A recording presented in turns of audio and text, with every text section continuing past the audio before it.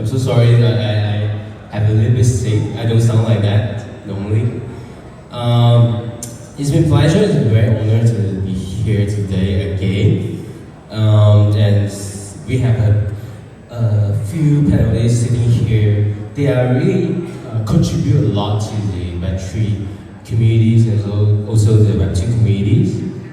Without further ado, maybe I do a live speaking. Let them to introduce themselves. So what's their name, what they are doing right now?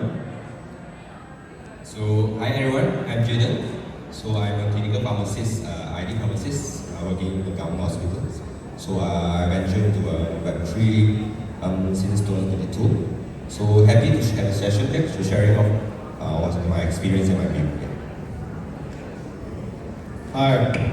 So thanks Bruce, and thanks for the invitation by the Dynamic Group, and very good day to everyone. My name is Sam. I'm from More Community. So most of the thing I do, I conduct the training and the sharing about what the basic knowledge and basic information about Web3, blockchain, crypto, and everything in about this decentralization. So thank you very much. Hi everyone, pleasure to be here today. It's Noel, the managing partner of Activate, formerly Lydia Labs, and also the host of Malaysia Blockchain Week. So we help a lot of projects to kind of like advise in terms of the go-to-market strategies to penetrate the whole APAC plus Chinese-speaking region. So today is really happy to be here because it's actually my first time speaking about design. So today I'm here to learn from all my panelists today as well. Thanks. Hello, good afternoon all. How are you? To my Indians, Africans, communities, welcome to Malaysia, welcome to Penang. It's my pleasure to see you guys here. So I'm Tommy. I am the co-founders of Dynachains, DCI and DC+. So this year we are going to release our new chapter, Decentralized, for DC+. So yeah, let's start. Yeah, today's panel is actually talking about decentralized, rethinking research, and data and how the collaborations inside. Here comes the first questions, right? What are the biggest inefficiencies in today's scientific research model? We'd like to hear from speakers on the floor. Maybe Tommy first. Yeah. Yeah, then maybe let's talk about the inefficiency of the traditional science today, right? So maybe let me start with the problem statement of the traditional science today. Yeah, first of all, of course, is the funding issue, right? So according to a survey, many scientists spending half of the times in writing a proposal instead of doing the research in the lab. Why they're doing so is because the funds that they require to run the project is not small. Okay? So they need to prove to corporations or even venture capital with a very solid findings or solid analysis in order to get to start with the projects. So we found that the major issue is the funding issue. And on the other hand, some scientists may sacrifice some good findings throughout the research. Why? Because due to larger concerns. And this will limit the entire innovations of the research. And other than this, when we talk the research is incomplete, and the owners or the funder of the projects may lock down the research for their personal use. Okay, because they are the funders. They don't want others copy from it. They don't want others to expand on it. So you makes the other science industry getting slower down. For example, a cure for a major disease like cancer maybe happened or maybe released many years ago, but due to this types of approach, and until now humans are still suffering with this disease. So both are the common things that I think is happening now. That's my thought. Thanks. Yeah, so I feel that today all the data that we have is very locked in silos, like very fragmented. People don't want to kind of like share what they have in mind because it kind of like why would I should share because there is no upside for us in any way. But for the past decades, we have seen that there are so many new innovations in the shared economy world. Things like Airbnb, things like Grab, we start sharing our own assets to kind of like own this finance economy together. But there is still a pie in terms of like data sharing at the moment, and that's how the technology behind design can actually help in terms of the research, in terms of the accessibility to all the data we have, and give everyone the power of owning your own data, monetizing on your own data, especially which data you want to share, and at the same time keeping yourself anonymous. So I think that is the power of design and why it's kind of like become the next trend in the market. So when we talk about science, I always see two things, which is 2F as well. The first is the future. When we read the news about the science, there's talk about what they are going to do to get through the progress, to reach the ultimate object. And then the second thing is the funding. Every time when we study the news about the science, they are going to spend a lot of time, not months, not weeks, but years, but decades. They are not spending about million, but billion. So when you need to spend billions on particular project with decades, with years, so one thing is very important, which is protocol. To make sure the funds is used at the right time, right people, and right place. But also because of this protocol, kill the effectiveness and efficiency. Because there are a lot of genius scientists nowadays, but somehow these scientists, sometimes they're unable to reach the real funder. Because all the funding, sometimes it's controlled by a few of the agency, a few of the key gatekeeper or the key person.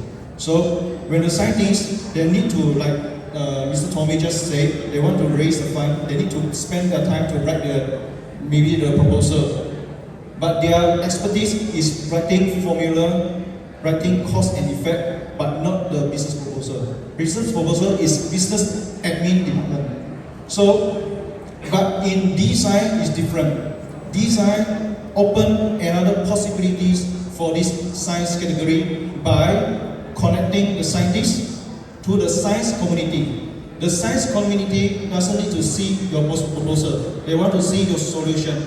They want to see your cause and effect on a particular of your research. So when the scientists disclose their findings on design platforms, so the communities find this solution is workable, maybe the connection among them will bring another possibility in the science development. So this is how I can see design solve the inefficiency in the current traditional science. So very great sharing from three panels, other presenters here. So I agree on the fragmentation that Noel shared just now. So I feel that many research that the results are all apart, but actually they can combine and together, which is prevent overlay and overlaps with saving a lot of cost and time. Okay. So from that, if you working into that, then if you work with each specialties joining together with these three sites, then it's even more effective. Okay. I would like to touch another site which is on this sequestration, or we call this solidity, where you can actually monetize your own data with your own authority, but not by others. Okay. So as you agree and you wanted to own it, then you monetize, but without disclose your own profile. Okay, that is another thing that we would like to look into for DeFi, which is more effective compared to the scientific research model nowadays. Yeah, I think it's pretty well wrapped the whole topics about, the efficiencies in today's scientific research model. And I see Sam has covered a little bit on the designs. What is designs? You pretty much explained it well as well, you know. And maybe we can proceed to the next one. We talk about the decentralized science, and let's talk about how important it is, right? Any guess? So when we talk about the decentralized science, the main point is decentralized. So I believe the very first time when we acknowledge about decentralized is in the finance category. For example, like DeFi, the peer-to-peer transaction of the digital asset, something like this. So what does decentralized do? Decentralized, they are doing like take up the middleman, right? For example, like the agencies, like the banks, okay? For the based on the trust mechanism, the consensus of the community for the P2P transaction. But actually, we do know that the peer-to-peer transaction is actually a data. Even though it's a digital asset or cryptocurrency, it's a data, it's a form of data. Just this data can convert to the money. So when we come to, so they say this is the future of money because of this kind of transaction. So since this digital asset is some sort of data, so can I say that this is the future of data as well? So since this is the future of data, the security of the health data or the science data, is it important? It's very important. So actually, when we study the decentralized at the first part, at the financial category, we use the same method, move to the science, it will be another potential to unlock another world, which is a decentralized, the security of the data for science. So this is how I see how important design is for the humankind. Because for the DeFi finance is about revolution for the numbers game. But science brings people advancement, improvement to nowadays. For humankind, design is much more potential than others. Because science is always bring people ahead. Yeah, this is why I thought of the importance of the design. So for this side, right, I pretty agree that what shared just now. So I'd like to share a little bit on like what the model of Penang. Like for example, today many of us try or use Honest Link, okay? Or if you travel, you have one world. If you have design, then everything we can link one platform. Then all the points or all the data is there, is secure with blockchain, traceable, immutable, and we share the data together without repeating the same job or the same cost. So that is one of the major part that we can overcome or the inefficiencies that the current model we have. Second, with that, then not only the big companies or the big institutions can take parts, even users like us, if we are able to do or to monetize our own data with our own authority, then we can also take part. Okay, so it allows us as a users, not from big companies, to also take part into this. Okay. I will come from another problem that design can actually solve today. Because when we come to research and the mindset of scientists, they always worry about a problem which is intellectual property.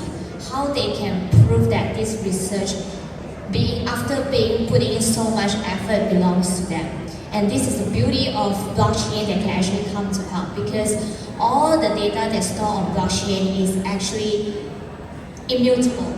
You can't remove anything, and everything can be proved by timeline. And it becomes the very, very powerful weapon or kind of the evidence for you to prove yourself. But at the same time, with today's technology like ZK knowledge, or even come across a tech company called Data Street, which allow you to kind of like have a sovereign to your own data without putting everything on the public chain. So it kind of like become something that can be super protective for all the scientists today.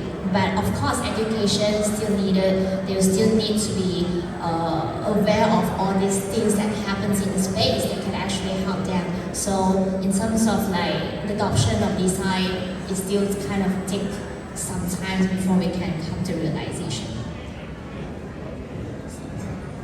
Yeah, in my perspective, design, so-called decentralized, is offering a set of tools, Web3 tools such as blockchain, smart contracts, or even NFT platform or exchanges to ease or to connect the traditional science industry. So design is very trending now, I believe especially this year onwards. And many people see this as a massive earning opportunities, and they are start looking at what research and what scientists that they prefer to support. So with the Web3 tools and the environment now, I believe the scientist is able to pitch their proposal directly to the world instead of begging the institution or the corporation for the budgets or for the funds. So other than that, they may even can sell their journals, their discovery as NFT through the NFT marketplace. They can crowdfund through the design platform. And there are many ways for them to shorten out the funding progress. And not even this, they can expand the exposures to the global. So other than the funding issue, the scientists may also to share their initial idea as a public library, like Noel mentioned just now. So everyone in the world are able to contribute their ideas and to view it and to access it. So it's all stored on chains permanently, safely, transparently, and trusted. So yeah, designs will help science move faster. Yeah, that's my thought.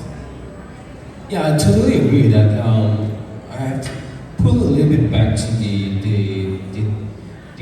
the answers of, like, let's say DC Plus. It's a very good example to show how important decentralized science it is. We are talking about back into 7 years ago.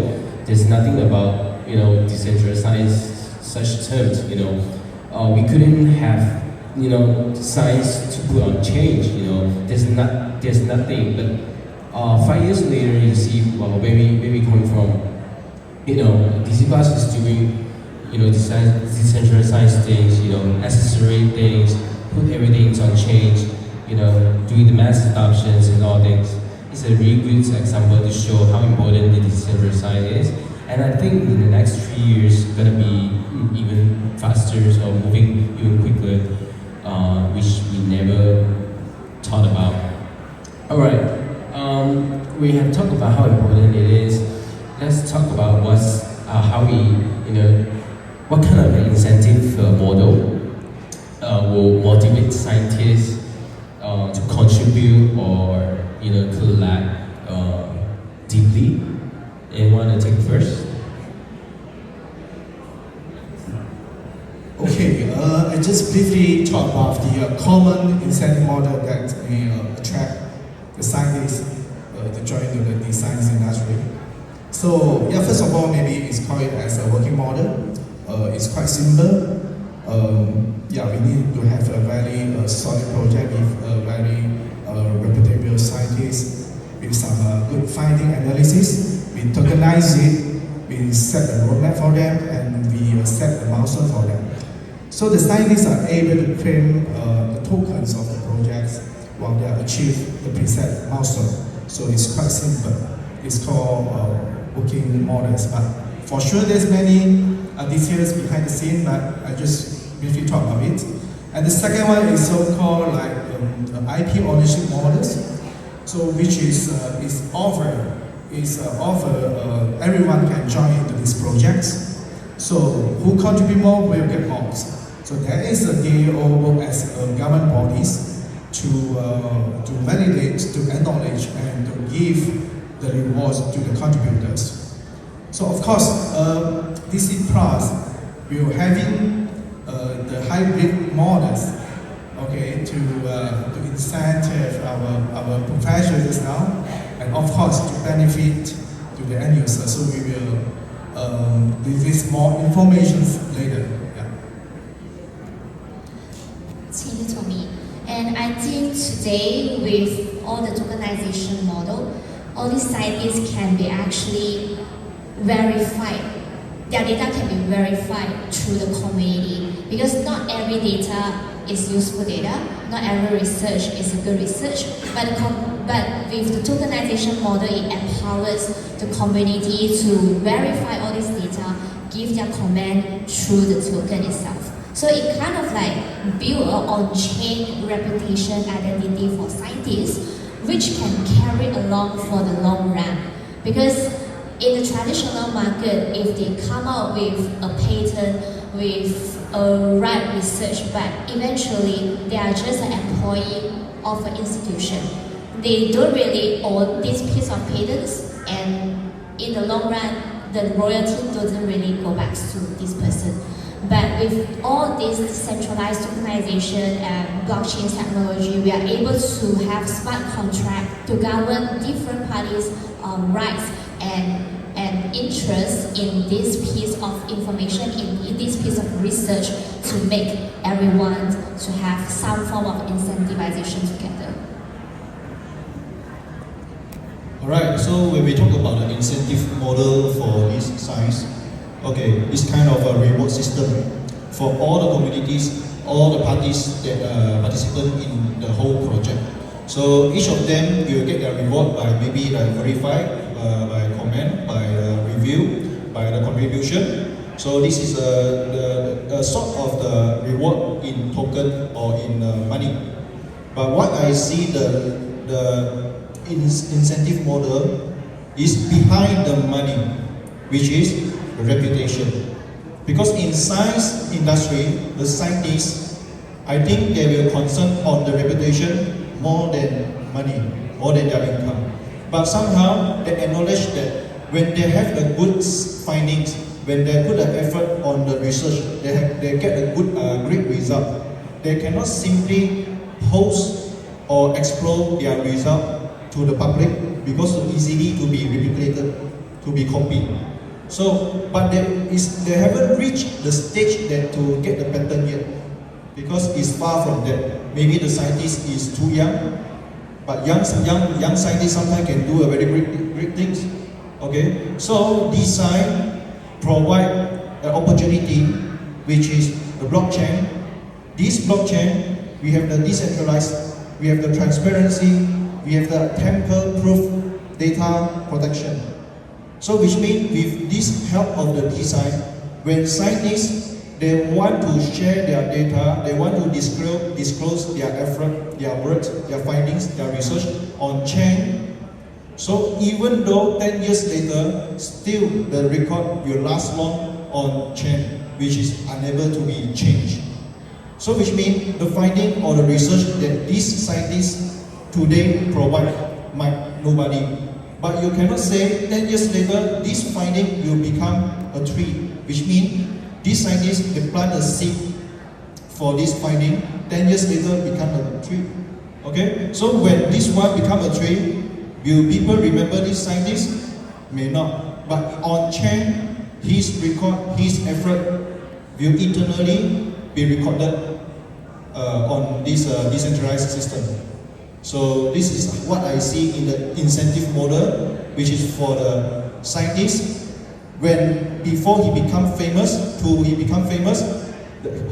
all of his work, his effort can be protected with this mechanism. So this is why I see for the incentive. Yeah.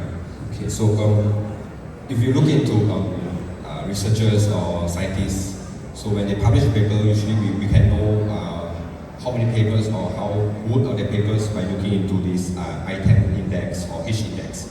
So those that are familiar with looking at scholars, so this is the rating for researchers.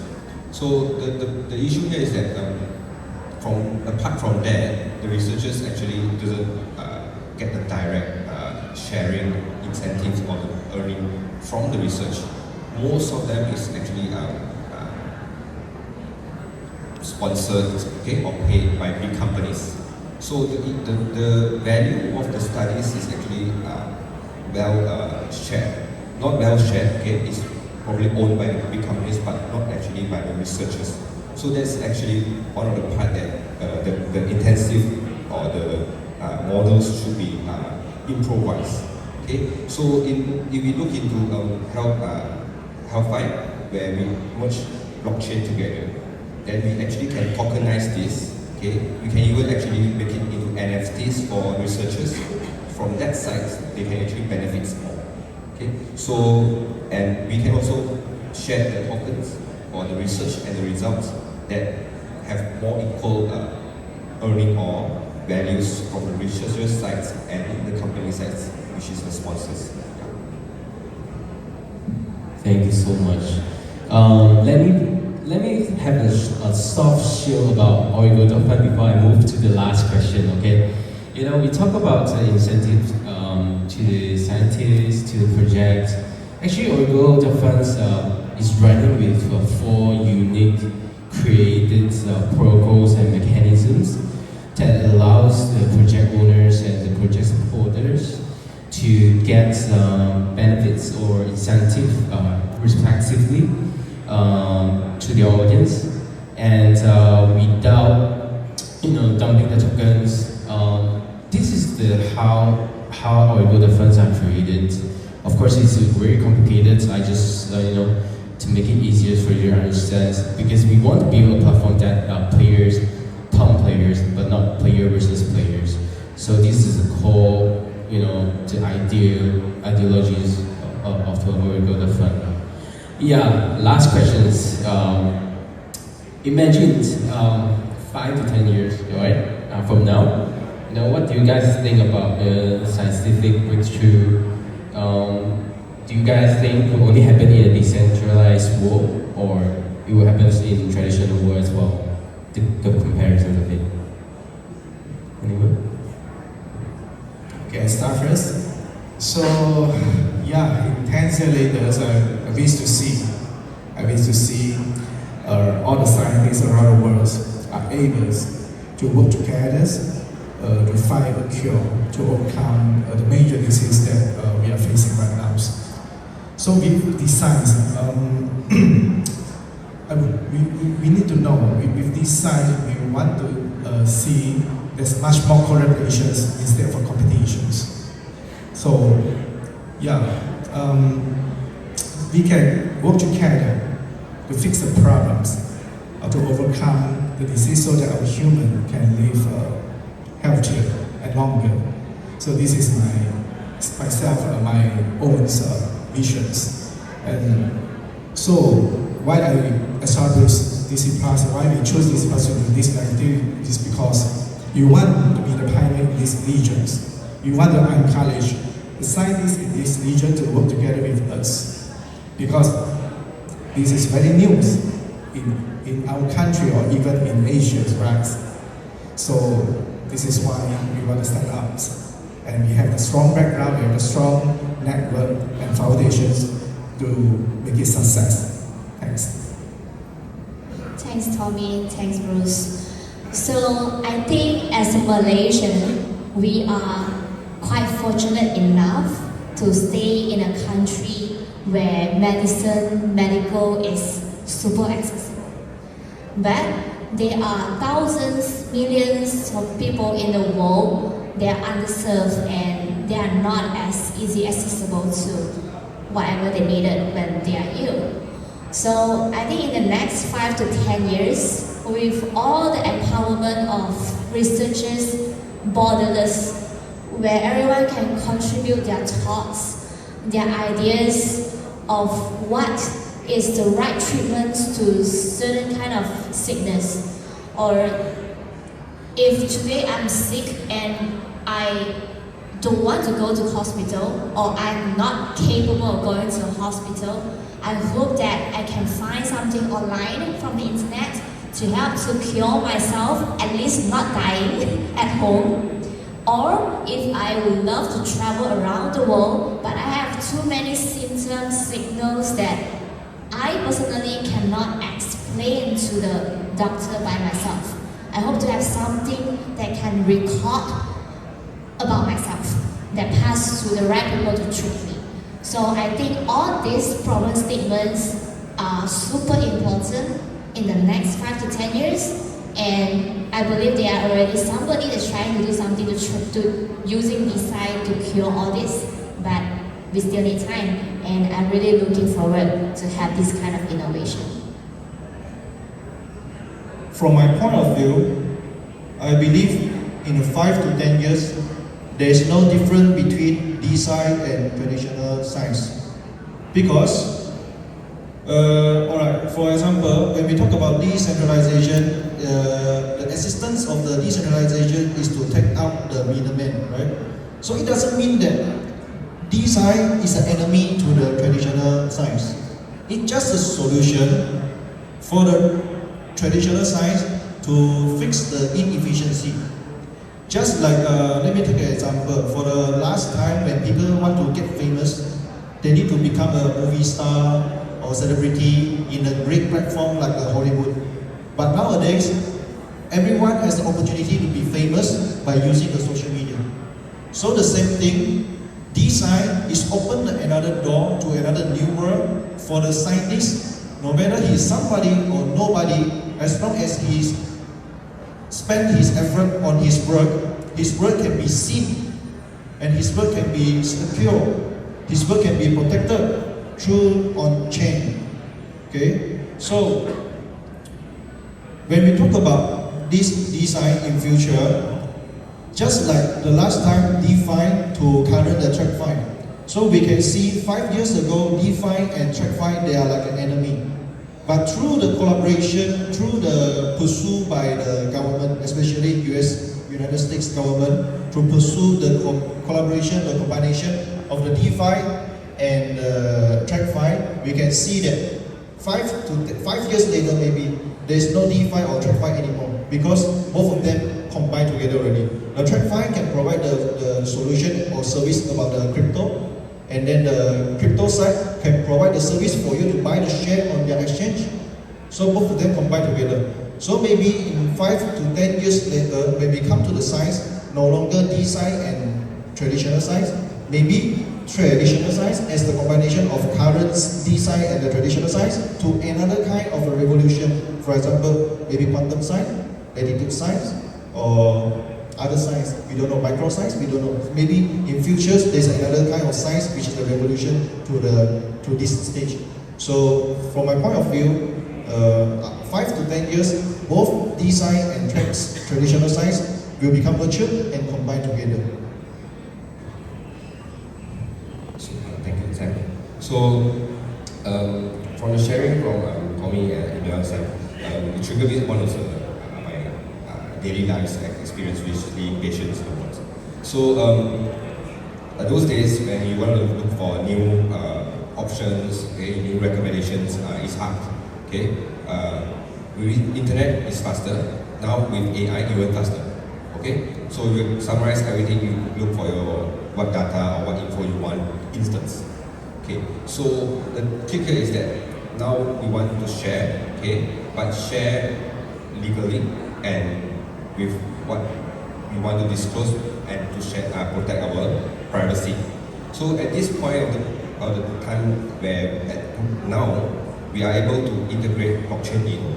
So with this Hellfire or DeFi plug it in, we actually not only can improve from treatment side, even from prediction, because with AI you can have more intensive calculations, research or searching. So that comes even after that, even before from prevention, okay, because you can estimate or you can predict, so you can prevent it what happens. And far from most, which is one of my work in my daily life, is we want it to be more individualized. So everyone have their own target, their own lifestyles, or even their own problem to solve, okay, or to target. So if with Hellfire or DeFi, then you can choose and you can pick which you want to take it part in, but not decided by the big companies or the big players. Okay, so the starting is easier. Okay, so this platform provides more opportunities and more startups and easier for everyone to take part. Okay, so that's all. Thank you so much. Thank you so much for all the guests' opinions and also feedback as well. I think that's about our sections. It's about 40 minutes sections, it's quite long. We didn't expect it. And thank you so much for listening to us. That's it. Thank you. All right.